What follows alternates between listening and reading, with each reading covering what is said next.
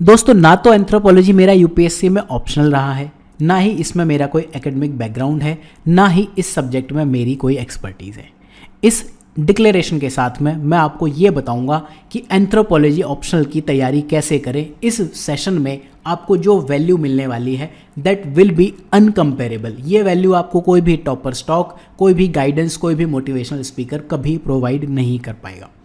इस वीडियो की first copies आपको देखने को मिलेंगी। People are ready to copy this and इससे इंस्पायर्ड वीडियोस भी आपको काफ़ी मिलेंगे। रीज़न क्या है, कैसे ये पॉसिबल है ये वीडियो बनाना? By profession I am a researcher, nuclear scientist, this was my profession. Last year anthropology में मैंने ये वीडियो बनाया था कि 16 क्वेश्चंस कैसे PYQ में आए हैं। अगर आप चाहते हो कि एंथ्रो में और वीडियोज़ मैं बनाऊँ जिसमें काफ़ी एफर्ट लगता है, because this is genuinely not my subject, तो आप कमेंट सेक्शन में बता सकते हो। अगर ये सेशन आपको पसंद आए then I want comment, share and subscribes. Shares भी चाहिए और कमेंट्स भी चाहिए, तब हम इस पे बात करेंगे। चलो ठीक है। PYQs का गाना हम सब गाते हैं। सिनॉप्सिस ने ये गाना गाना शुरू किया था, बाकी सब ने कॉपी कर लिया, ये आपको पता है, राइट? कितने साल के PYQ कर लें ऑप्शनल में? 10 साल, 5 साल, 15 साल? Answer is no, you have to go beyond 40 years. Answer आपके सामने ही है। 1982 में इन्होंने पूछा कि एंथ्रो साइंस और ह्यूमैनिटी कन्वर्ज करते हैं, इसको आप बताओ। और 2025 में ये क्वेश्चन पूछ लिया कि एंथ्रो एक multi dimensional understanding of human being, humanity देता है by bridging the gap between science and humanity, right? इससे ज़्यादा डायरेक्ट आपको क्वेश्चंस नहीं दिखेंगे। हालांकि इस सेशन में हम देखेंगे डायरेक्ट क्वेश्चंस बहुत सारे हैं। 31 डायरेक्ट क्वेश्चंस हैं जो रिपीट हुए हैं इस साल, और 20 इनडायरेक्ट क्वेश्चंस हैं जो 2025 में पूछे। इनडायरेक्ट क्वेश्चन जैसे ये है, पहले इन्होंने पूछा था होमो इरेक्टस फाइंड्स फ्रॉम अफ्रीका क्या है, और ये कह रहे हैं कि centrality of African continent in human evolution. अगर आपको ये क्वेश्चन आता है 95 का, तो आप इसमें कुछ ना कुछ लिख लोगे। और इस बार एंथ्रो में लोगों ने कहा कि पेपर बहुत नया है, अनप्रिडिक्टेबल है, लेकिन कहाँ है? सिर्फ 8 क्वेश्चन ऐसे हैं जो न्यू हैं। स्मेल एक सिग्नल है नॉन प्राइमेट। 8 न्यू का मतलब ये नहीं कि आप कर नहीं सकते, राइट? ऐसा नहीं है। तो इस सेशन को बहुत ध्यान से देखो और इसमें हम जो भी बातें करें उनको आप इंप्लीमेंट करने का ट्राई करो। पहले हम देखते हैं डायरेक्ट रिपीटेशन। पहला क्वेश्चन हमने देख लिया। इसके बाद जो अगला आपको दिखेगा क्वेश्चन है कि अपर पैलियोलिथिक जो एज है इंडिया में, उसके फीचर्स और डिस्ट्रीब्यूशन बता दो। तो ये टॉपिक आपको मिलेगा रिलेशन ऑफ एंथ्रो नहीं है, ये वाला अपर Palaeolithic features and distribution, right? Paper 2 में 2012 में पूछा है, और इससे ज़्यादा क्या लोगे? जो ये कल्चरल इवोल्यूशन को यूनिट का नाम नहीं है, इसे मैंने क्या किया, पेपर 1 और पेपर 2 के जो सिमिलर यूनिट्स हैं उन्हें मर्ज कर दिया, राइट? तो इस वे में आपको क्वेश्चंस दिखेंगे। तो इस टॉपिक से 2-3 क्वेश्चंस हैं। अभी हम नेक्स्ट क्वेश्चन भी देख लेते हैं, राइट? नेक्स्ट क्वेश्चन जो रिपीटेड है वो है रामापिथेकस और शिवापिथेकस। बेसिकली शिवालिक्स में पाए जाने वाले ह्यूमन है। ये पूछा है 2025 में, इससे पहले इन्होंने पूछ लिया है, और इससे पहले भी पूछ लिया है 2013 में। रिसेंटली अगर आपने PYQ किए हैं, इनफैक्ट 2 साल पहले का ही ये क्वेश्चन रिपीटेड है। नेक्स्ट जो क्वेश्चन है कि शिवालिक्स का जो पैलियो एंथ्रोपोलॉजिकल सिग्निफिकेंस है वो बताओ। ये वही तो है, describe palaeo anthropological fossil finds from this. Contribution बता दो, सिग्निफिकेंस बता दो। क्या ये सेम चीज़ नहीं है, राइट? तो आप देखोगे कि सिमिलर क्वेश्चंस आपको रिपीट होते हुए दिखेंगे। कल्चरल इवोल्यूशन से next question Sohan culture Hindi में कहते हैं, उससे रिलेटेड क्वेश्चंस आप देखो। इसका ट्रेडिशन बता दो। सोहन कल्चर अब ये 2019 में ही पूछा है, 2012, 2011, 1984। बेसिकली 1984 के बाद ये क्वेश्चन पहली बार 2011 में पूछा गया था इस थीम से। तो होपफुली आपको समझ आएगा कि क्यों डायरेक्ट क्वेश्चन है। ठीक है, नेक्स्ट क्वेश्चन देखते हैं जो डायरेक्टली रिपीटेड है। Impact of Christianity on tribes in North East India. लो, इससे ज़्यादा डायरेक्ट आप क्वेश्चन क्या लोगे? ठीक है, ये भी आप कहोगे टॉपिक तो पेपर 2 का है, लेकिन हमने जो पेपर 1 का रिलीजन है इसमें सिलेबस में पूरा पेपर 1 का religion, then religion in modern society, ये बेसिकली एक्स्ट्रा हेडिंग है सोशियोलॉजी ऑप्शन से। हम देखेंगे एक क्वेश्चन पूछा है रिलीजन एंड मॉडर्निटी, तो इससे पहले भी क्वेश्चन पूछे, इसीलिए यह टॉपिक डाला था। रिसर्च का यही फ़ायदा होता है। देन पेपर 2 में ये है सेक्रेड कॉम्प्लेक्स, ये इतनी सारी यूनिट्स हैं, ये सब मिलके बनता है रिलीजन। तो क्रिश्चियनिटी का impact on tribal society, syllabus में 2 तरह से लिखा है, ट्राइबल सोसाइटी पर क्रिश्चियनिटी का क्या इम्पैक्ट है, और क्रिश्चियनिटी का इम्पैक्ट इंडियन सोसाइटी पे क्या। तो इस 2 तरह से चीज़ें लिखी हुई हैं। ठीक है, चलो चलते हैं नेक्स्ट हेडिंग पे। नेक्स्ट ये तो हो गया क्रिश्चियनिटी। नेक्स्ट है फ्रेजर की थ्योरी ऑफ इवोल्यूशन। 2 क्वेश्चन पूछे थे तो हमने हाफ हाफ कर लिए। दूसरा क्वेश्चन रिलीजन का था। फ्रेजर की थ्योरी ऑफ इवोल्यूशनिज्म क्या आपने क्लासिकल इवोल्यूशनिज्म पढ़ा है? सिलेबस में 3 लोगों की थ्योरी है, इस बार उन्होंने नाम से फ्रेजर की थ्योरी पूछ ली है। तो एग्जामिन करनी है फ्रेजर की थ्योरी ऑफ इवोल्यूशनिज्म क्या है। अगर आपको ये आता है तो फिर ठीक है, और नहीं आता तो तैयारी करो, इसका मतलब आप प्रिपरेशन नहीं कर रहे हो। ये it is a very direct question. Then आपको बताना है ग्रीड्स और टर्नर, इनको कंपेयर कर दो। ये आपकी स्क्रीन पर 2 क्वेश्चन हाईलाइटेड हैं, ठीक है। जो 2015 का क्वेश्चन है वहाँ तो कंपैरिजन ही पूछ लिया है, इन्होंने कैसे बता दिया। देन कंट्रीब्यूशन, तो अगर आप ये 2 क्वेश्चन आंसर कर सकते हो तो इसमें क्या दिक्कत है, ठीक है। बस आपको ये बताना है कल्चर समझ रहे, लेकिन कल्चर पे ही काम कर रहे हैं, कहीं इधर उधर काम नहीं कर रहे हैं ये लोग, अभी घड़ियाँ बनाने पे काम नहीं कर रहे। Then post modernity in anthropology, अब इसे मैं इनडायरेक्ट क्वेश्चन कहूँगा, लेकिन ये क्यों डायरेक्ट होना चाहिए इस पर हम बात करेंगे। पहले हम इनडायरेक्ट नहीं देख रहे, डायरेक्ट देख रहे हैं। ये वाला क्वेश्चन है कि आपको पेडिग्री और जीनियोलॉजिकल एनालिसिस में देखना है, ये बेसिकली रिसर्च मेथड है। ये वाला कहीं और आता है। अब PYQ में ये टॉपिक पूछा है, रिसर्च मेथड में है। जो आपकी यूनिट 8 है रिसर्च मेथड वहाँ है, एंड जो आपकी ह्यूमन जेनेटिक्स है उसमें पेडिग्री एनालिसिस है। तो अगर आपको पेडिग्री एनालिसिस आता है और जीनियोलॉजी आती है तो उनमें डिफ्रेंशिएट कर लो, किस तरह से इवॉल्व हुए हैं उन पे भी आपको काम करना चाहिए। अब देखो ये चीज़ें क्यों आनी चाहिए, इसके लिए मैं आपको एक वीडियो का रेफरेंस दे देता हूँ, ज़रूर आपको देखना चाहिए। इसी मेंस आंसर बिल्डिंग प्लेलिस्ट में आप ये सर्च करना, 300 टर्म सर्च कर लेना तो ये वीडियो आएगा। यहाँ पे देखो ऑप्शनल की जब हम प्रिपरेशन करते हैं तो किन किन टर्म्स में, किन किन थीम में हमें काम करना चाहिए। Introduction, background, origin, theory, phases, basically theory से रिलेटेड पार्ट है। क्रिटिसिज्म, डीमेरिट होगा, merit, applicability, applicability in India, applicability in world, evaluation, conclusion. इतनी हेडिंग्स पे अगर आप काम कर गए तो ऑप्शन, आज का वीडियो नहीं है, बहुत पुराना वीडियो, ठीक है। तो फिर आप ये कर ले जाओगे। हिस्ट्री एंड एप्लीकेशन, क्या पूछा है इन्होंने, ये हर ऑप्शनल के लिए वीडियो है, सिर्फ सोशियो के लिए नहीं है। हिस्ट्री, बैकग्राउंड हो गया, ओरिजिन हो गया, ये हिस्ट्री है, and applicability in India and applicability in world. Same way में जो ऊपर वाला क्वेश्चन हम देख रहे थे ना, वो ऊपर pedigree, theories of post modernism relevant कैसे हैं। अगर आपने ये वीडियो देखा है या आज भी देख लेते हो तो आपको पता है कि किस तरह से इस टाइप के क्वेश्चंस एग्ज़ाम में हैंडल करने हैं। चलो नेक्स्ट क्वेश्चन देखते हैं। Genetic markers, unit number 9, topic number 6। Genetic markers क्या होते हैं, क्या होते हैं। यही क्वेश्चन 2013 में पूछा, यही यहाँ पूछ लिया। यहाँ पूछा यूज़फुलनेस, यहाँ पूछा रोल। That's it. क्या हम इसे डायरेक्ट क्वेश्चन मान सकते हैं? कमेंट सेक्शन में बता दो अगर आप बताना चाहो तो। अभी हम 11वें क्वेश्चन पे आए हैं जो डायरेक्ट है। देन एक ये क्वेश्चन, एक होता है अलग साल में रिपीट करना, एक होता है सेम ईयर में। ये 2025 में ही पूछा है, role of human remains in forensic anthropology. दूसरे क्वेश्चन में इन्होंने यूटिलिटी पूछ ली है। क्यों भाई, ऐसी क्या क्वेश्चंस की कमी पड़ गई थी? हालांकि human remains in forensic anthropology, type of human remains, ये इस तरह के क्वेश्चंस हैं। फॉरेंसिक एंथ्रोपोलॉजी होती ही ह्यूमन रिमेन्स के ऊपर है, जितनी मेरी समझ है। अब जो इसका दूसरा पार्ट है ना, फेशियल रिकंस्ट्रक्शन टेक्निक, सिलेबस में भी लिखा हुआ है रिकंस्ट्रक्शन, ये भी है एंथ्रोपोलॉजिकल इनपुट इन फेशियल रिकंस्ट्रक्शन। तो ये दोनों पार्ट दोनों रिपीटेड हैं, ठीक है।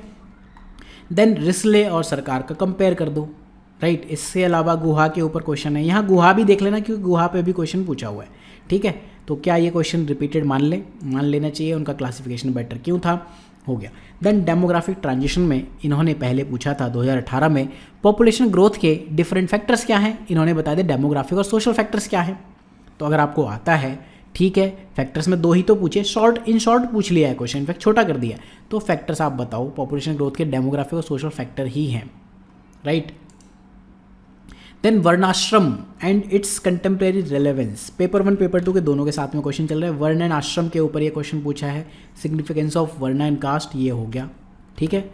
वर्णाश्रम, ये कौन सी यूनिट है आपकी? 3.1, पेपर 2 की 3.1, स्ट्रक्चर एंड नेचर, ठीक है। इसके बाद अगला क्वेश्चन, कास्ट मोबिलिटी, इन्होंने पूछा कास्ट मोबिलिटी के टाइप क्या हैं, इसके फैक्टर्स क्या हैं। टाइप और फैक्टर्स दोनों डायनेमिक्स में आते हैं।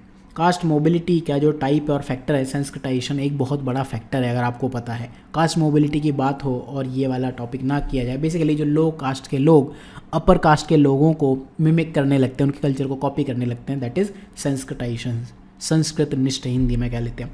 तो ये एक रिपीटेड क्वेश्चन है, कर लेना चाहिए। डायरेक्ट का मतलब ये है कि अगर आपने PYQ किए हैं तो आपका इतना मटेरियल ज़रूर रहेगा कि एग्ज़ाम में कर दो।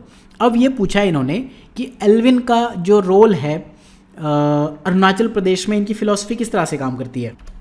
अब अगर आपने ये पढ़ लिया है कि इनका जो कंट्रीब्यूशन इंडियन एंथ्रोपोलॉजी के लिए क्या है, अगर आपको वो पॉइंट पता है देन आप अरुणाचल के लिए लिख सकते हो। फिलॉसफी ही तो पूछी है, तो फिलॉसफी तो चेंज नहीं हो जाएगी ना। जैसे इन्होंने एथनोग्राफी, लिटरेचर, इन चीज़ों को ब्लेंड कर दिया था। इनकी स्टडीज़ जो है अगर आप देखोगे, एंथ्रो आपने पढ़ी है, सेंट्रल इंडिया और नॉर्थ ईस्ट ट्राइबल बेल्ट में वहीं की है, ठीक है।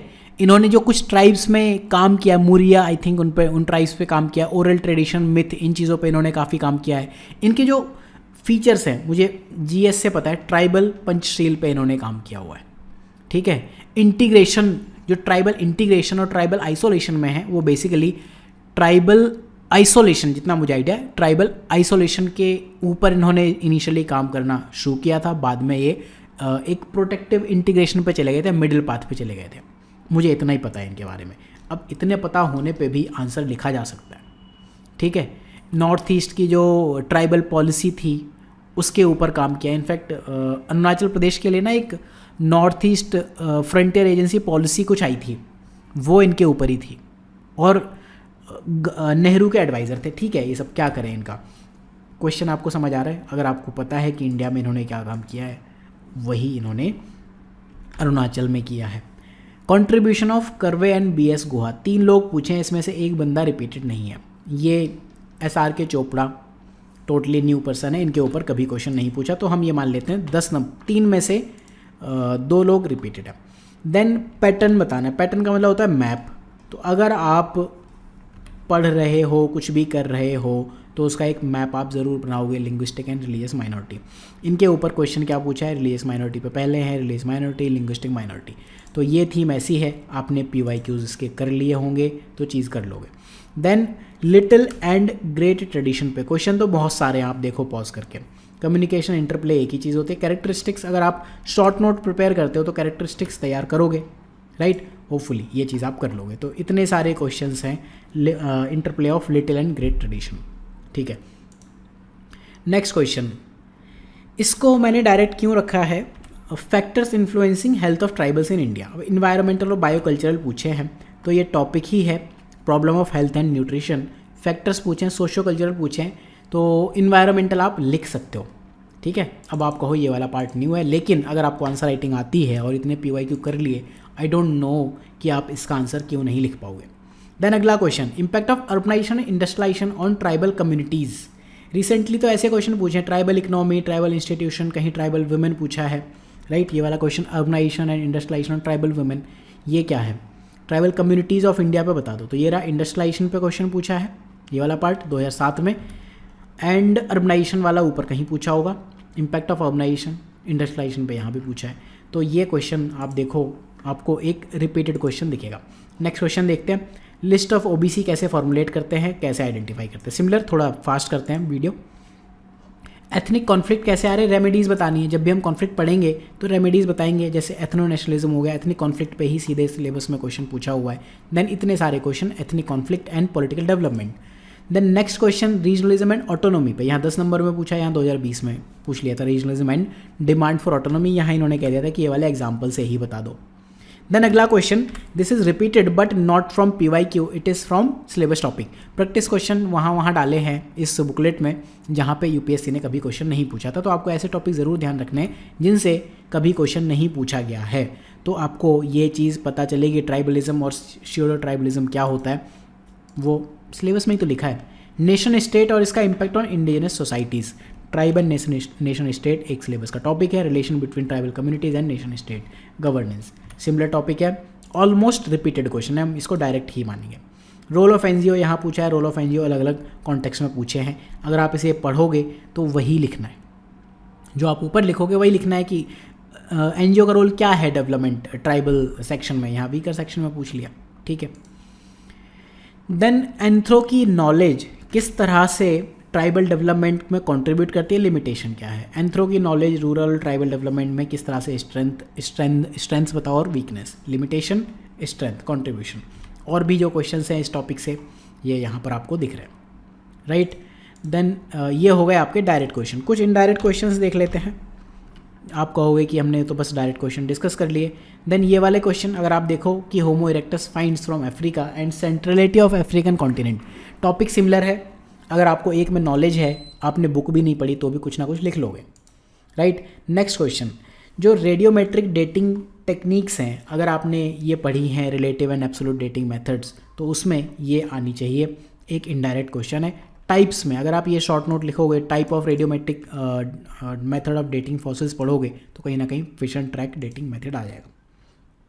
Then theories in support of origin of food, neolithic culture में आया था, आपने पढ़ी होंगी सिलेबस में शायद कि थ्योरीज क्या है। नहीं तो ये तो है कि Neolithic culture is a revolution, food production Neolithic में हुआ था। कुछ लोगों ने, जो भी थिंकर्स हैं इसके, उनके बारे में लिखो। 4-5 थिंकर्स अगर आप लिख देते हो, उनके व्यूज़ लिख देते हो, देन डेफिनेटली आप कर दोगे। ठीक है। देन ड्यूरिंग दिस पीरियड, कौन से पीरियड, ये इसी पीरियड की बात कर रहा है, नियोलिथिक कल्चर की बात कर रहा है। ठीक। देन नेक्स्ट क्वेश्चन जो है कि लोथल डॉकयार्ड और इंटरनेशनल ट्रेड, यहाँ इन्होंने गुजरात प्रोटो हिस्ट्री पूछी थी इंटरनेशनल ट्रेड में, अब लोथल पूछ लिया। आंसर अलग थोड़ी हो जाएगा। ऐसा आप खुद बताओ कि ऐसा इस वाले क्वेश्चन का आंसर इसमें क्या अलग हो जाएगा। आपको बस एग्जाम्पल में लोथल लोथल लिख देना, या गुजरात के बाकी एग्जाम्पल भी लिख देना। लोथल ही सबसे बड़ा डॉकयार्ड था। Then attributes of culture, concept and character of culture and civilisation, ये एक टॉपिक है। कल्चर एज कंस्ट्रक्ट और रियलिटी, ये 1989 में पूछा है।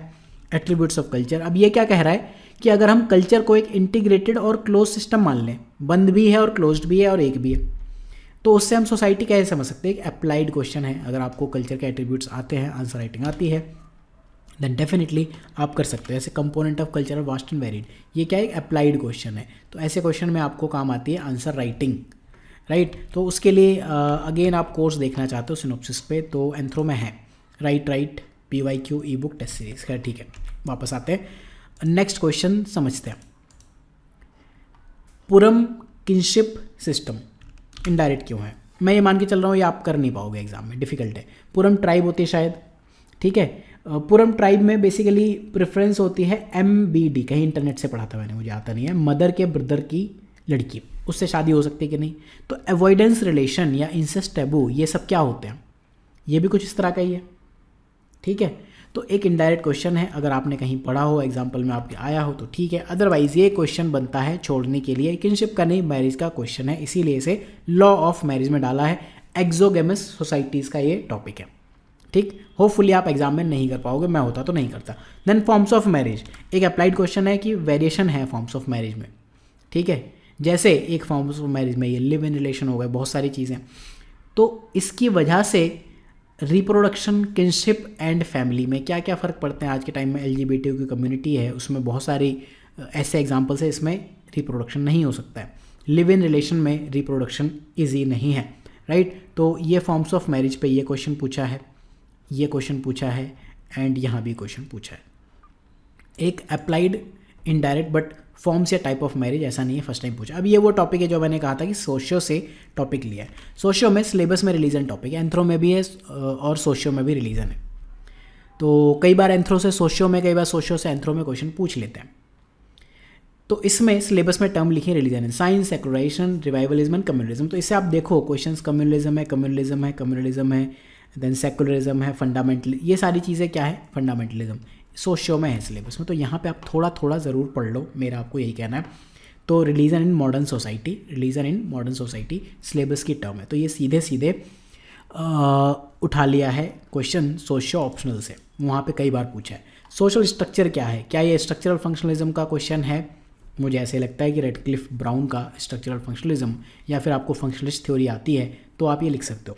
जो एजेंसी टर्म है, स्ट्रक्चर तो आपको समझ में आएगा। Agency term economic survey, I think 6-7 साल पहले इकोनॉमिक सर्वे ने बताया था। एजेंसी मतलब कुछ करने की power, I have the agency of doing something, इस सेंस में एजेंसी टर्म UPSC में आपको यूज़ करना है, ना कि इंडियन गैस एजेंसी, ऐसे मत यूज़ कर लेना। देन ये अभी हमने बात की ही थी कि किस तरह से टॉपिक की सब हेडिंग्स हमें करनी है। देन एथनोग्राफी में अलग अलग क्वेश्चंस सोच के आप लिख सकते हो इस क्वेश्चन को, अगर आपको एथनोग्राफी पता है कि होती क्या है, अलग अलग, या आपने न्यू एथनोग्राफी या ये सब चीज़ें पढ़ी हैं, देन शायद आप कर पाओ। मैं इसे इनडायरेक्ट क्वेश्चन कहूँगा। माइटोकॉन्ड्रियल DNA, तो जो रिसेंट डेवलपमेंट्स हैं जेनेटिक टेक्निक्स में, इसमें प्री में तो बहुत सारे क्वेश्चन पूछ रहे हैं, साइंस एंड टेक प्रीलिम्स के लिए इंपॉर्टेंट है, तो वहाँ से आप लेके आओ अपनी नॉलेज एंड इस टॉपिक में इसको लगा दो, कर ले जाओगे क्वेश्चन। डूएबल क्वेश्चन है, मैं होता तो कर ले जाता। Then Mendel and non Mendel के ट्रेट्स। तो मेंडल के ट्रेट्स क्या है? Mendel's law of inheritance. अब नॉन मेंडेलियन क्या है? जो मेंडल वाले नहीं है। तो क्या है कि किस तरह से एप्लीकेबल है, हाउ, इसका मतलब है मैं दोनों तरह बता सकता हूँ। देखो इस तरह से एप्लीकेबल है, इस तरह से नहीं है। जो नहीं है वो नॉन मेंडेलियन ट्रेट्स हैं। एक होपफुली ये टॉपिक है, आप पढ़ना, आपको समझ आएगा, नोट्स में बना लेना, देन ठीक है। अगला क्वेश्चन, शॉर्ट फॉर्म पे मत जाओगे, GWA से दे दिया। क्या लिखा है? Genome wide disease association studies.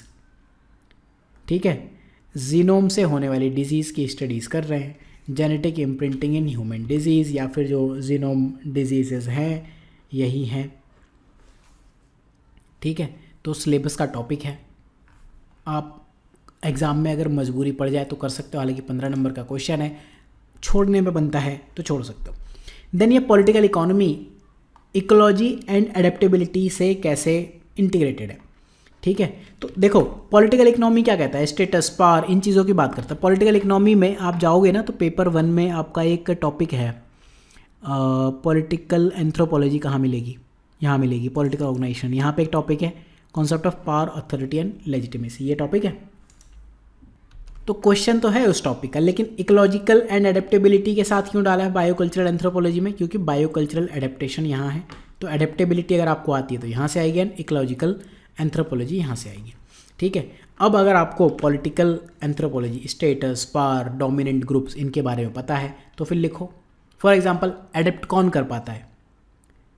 जो डोमिनेंट हो, राइट। इस तरह से आपको सोच के लिखना पड़ेगा। एक डिफ़िकल्ट क्वेश्चन है, right.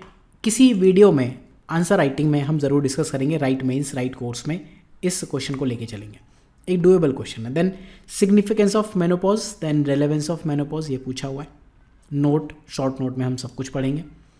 Then anthro nutrition status of society community कैसे बताता है? Application of anthro in nutrition की नॉलेज। ठीक है, कुछ और सिग्निफिकेंस पूछे हैं तो ये एक एक करके आप 2-2 नंबर का इन पे लिख सकते हो। एक डुएबल क्वेश्चन है। देन विलेज के बारे में कुछ लाइन दी है, किसने कहा था ये पता नहीं किसने कहा था, अगर आपको पता है तो ठीक है, नहीं भी पता है तो ये 2 नंबर देगा। इसके ऊपर ज़्यादा इलेबोरेट करना है। क्या इलेबोरेट करना है? विलेज ऐसी जगह है जहाँ डिज़ाइन कैसी हुई है, basic values of Indian civilisation है, इंडियन विलेज सोशल सिस्टम। ठीक है, ये क्या है? इंडियन विलेज की वैल्यूज़ हैं, उनके ऊपर बना है, राइट। तो ये ऐसा क्वेश्चन पूछा है, इनडायरेक्ट है, कुछ कुछ आप लिख सकते हो इसमें। Then concept of scheduled tribes and जो एडमिनिस्ट्रेटर का क्राइटेरिया है उसकी लिमिटेशन क्या है? देखो कॉन्सेप्ट ऑफ ट्राइब्स, ये क्वेश्चन तो पूछा हुआ है, सेंसस बेस्ड क्लासिफिकेशन है। अब जब हम एसटी में किसी को डिफाइन करते हैं उसके कुछ क्राइटेरिया है कि आइसोलेशन होना चाहिए, इस कुछ कैरेक्टरिस्टिक्स हैं। अब उनकी कुछ लिमिटेशन हो। अगर मैं कॉन्सेप्ट ही बताना है तो हम बता देंगे कौन से आर्टिकल में कॉन्स्टिट्यूशन में बताया गया है। आई थिंक आर्टिकल 366 में कुछ बताते हैं ना, जिनको वो रेफ़र करता है कि 342 पढ़ लेना तो पता चलेगा। प्रेसिडेंट बेसिकली बताते हैं। ठीक है, अब आई थिंक आपने लोकूर कमेटी पढ़ी होगी। लोकूर कमेटी पे ना एंथ्रो में भी एक क्वेश्चन दिखा था मुझे। तो एडमिनिस्ट्रेटर्स लोकूर कमेटी के जो रिकमेंडेशन थे कि प्रिमिटिव ट्रेट है, कल्चर अलग होना चाहिए, आइसोलेशन होना चाहिए, शाही होने चाहिए, ये लेके कुछ बनाया था। उनकी लिमिटेशन आप बताओ। ऐसा तो नहीं है जो एसटीज़ हैं इंडिया में वो प्रिमिटिव ट्रेट्स ही रखते हैं या फिर आइसोलेशन में रहते हैं, आपके साथ रहते हैं, शाही होना ज़रूरी नहीं है, बैकवर्ड होना ज़रूरी नहीं है, कई बार ओवरलैपिंग होती है कास्ट के साथ में, बहुत सारी चीज़ें होती हैं। तो एसटी को क्लासीफाई करने के क्राइटेरिया आपको पता होना चाहिए, तो जीएस में भी पता होना चाहिए, बाकी छोड़ दो। द नेक्स्ट क्वेश्चन जो है पीवीटीजी का आइडेंटिफाइंग क्राइटेरिया, अगेन फिर क्राइटेरिया पूछ लिया। पहले इन्होंने ये कहा कि नॉमेनकल्चर पे बता दो, और पहले इन्होंने एक क्वेश्चन पूछा था पीवीटीजी को पहले पीटीजी क्यों कह लिया था, स्टेटस डिस्ट्रीब्यूशन। तो ये सारी क्वेश्चंस हैं, तो हो गए सारे। और जो नॉन रिपीटेड क्वेश्चन है आप देख लो एक बार, थोड़ा आइडिया लेते हैं। 2025 करके समथिंग ऐसे सर्च करेंगे तो ये नॉन रिपीटेड क्वेश्चंस हैं। ये वाला जो है मिडिल पैलियोलिथिक स्टोन टूल्स वाली जो मेकर्स हैं उससे आपको मिलेगा, एंड पैलियोलिथिक कल्चर के ऊपर पहले के कुछ क्वेश्चंस आप देख सकते हो। तो एग्जांपल में आप इसको प्रिपेयर कर लेना। अगला जो क्वेश्चन है कि culture as integrated close system in understanding society, ये तो हमने देख लिया। कल्चर एंड एम्बॉडीमेंट, ये रहा। तो आई डोंट नो इसमें आप क्या लिखोगे, कमेंट सेक्शन में आप बता सकते हो, थोड़ा बहुत आपको आइडिया हो, एंथ्रो में कोई कोर कॉन्सेप्ट होता हो तो बता सकते हो। देन डेविड बार्कर, अगर आपने ये पेपर पढ़ा है तो ठीक है, नहीं पढ़ा तो ये क्वेश्चन डिफिकल्ट है, छोड़ देना चाहिए। Then foetal origin of adult diseases, लेकिन 5 नंबर में ये आप ज़रूर कर सकते हो ये वाला पार्ट, ठीक है। देन नेक्स्ट क्वेश्चन, ये तो हमने देख ही लिया था, तो ये तो रिपीटेड ही हो गया ना। देन नेक्स्ट क्वेश्चन ये वाला है, ठीक है। तो आप देखो इस तरह से एंथ्रो की प्रिपरेशन आपको कैसे करनी चाहिए, क्या तरीके हैं PYQ को यूटिलाइज़ करने के, उन पे काम करो। अराउंड 1500-1600 क्वेश्चन होते हैं, आप 1500 क्वेश्चन मान के चलो जिन पे आपको काम करना है। ये प्रेशर मत लो कि दिसंबर तक ऑप्शनल नहीं हुआ तो दुनिया ख़त्म हो जाएगी। जो आपको ये कह रहे हैं वो आपका बेवकूफ़ बना रहे हैं, ये मान के चलो दिसंबर तक बेसिक चीज़ें कर लो। एक यूनिट में बहुत ज़्यादा क्वेश्चंस नहीं होते। फॉर एग्जांपल मैं कहूँ आपका यूनिट 1.1 कितने क्वेश्चंस हैं, मीनिंग से 2 है, स्कोप से ये है, ये रहा। 4 घंटे का भी काम नहीं है। अदरवाइज़ आप इस यूनिट में क्या पढ़ते हो, मीनिंग के नाम पे एक पैराग्राफ है, एंथ्रो की बुक देखी है मैंने लोगों की, क्या है, लिटरली कचरा है, ये पढ़ लो, ठीक है। Unit 2 relation of anthro with other discipline, क्या है, अदर डिसिप्लिन देख लो। इसके लिए कुछ डिसिप्लिन्स हैं, relation of sociology with other discipline, ये सर्च करना सिनॉप्सिस साइंस में, उसमें आपको मिल जाएगा। तो अदर डिसिप्लिन जैसे सोशियो में लिखे हैं वैसे ही है, ठीक है। तो एंथ्रो विद सोशल साइंस के साथ है, सोशियोलॉजी के साथ है, हिस्ट्री के साथ क्वेश्चन पूछा हुआ है, इकोनॉमी पॉलिटिकल साइंस पूछ सकता है, इकोनॉमी पूछा हुआ ही है, बिहेवियरल साइंस है, लाइफ साइंसेज, मेडिकल साइंस, ये सारी चीज़ें पूछी हुई है। ह्यूमैनिटीज से इस बार क्वेश्चन पूछ ही लिया है, ठीक है। मेन ब्रांचेज ऑफ एंथ्रोपोलॉजी, कितने दिन लगेंगे इसको आपको करने में, 1 दिन 2 दिन? तो पहले PYQ साथ में रख के बैठो, PYQ बेस्ड प्रिपरेशन होनी चाहिए। एक लेक्चर मैं आपको ज़रूर बना के दूंगा कि ये कैसे एंथ्रो की टॉपिक बाय टॉपिक आपको प्रिपरेशन करनी है। सिनॉप्सिस साइंस के कोर्सेज और बुक्स क्यों आपके लिए बेस्ट कोर्स और बुक्स हो सकती हैं वो आप खुद एनालाइज करो। ऑप्शनल में एंथ्रो में जाके आप ये कोर्सेज चेक कर सकते हो। एंड राइट कोर्स में एक मॉड्यूल है ऑप्शनल आंसर बिल्डिंग का, अगर आपने ये कोर्स ज्वाइन किया है तो आपके डैशबोर्ड पे ये कोर्स राइट लास्ट वाला ये ज़रूर आएगा, उसको आप फॉलो कर सकते हो, ठीक है। ये हो गया मार्केटिंग का काम। कमेंट सेक्शन में ये ज़रूर बताना कि वीडियो आपको लगा कैसा, क्या एंथ्रो में मुझे और वीडियोस बनानी चाहिए या फिर back to my own subjects, वो आप बता सकते हो, तब हम इसमें एफर्ट करेंगे। So thank you for watching, have a good day.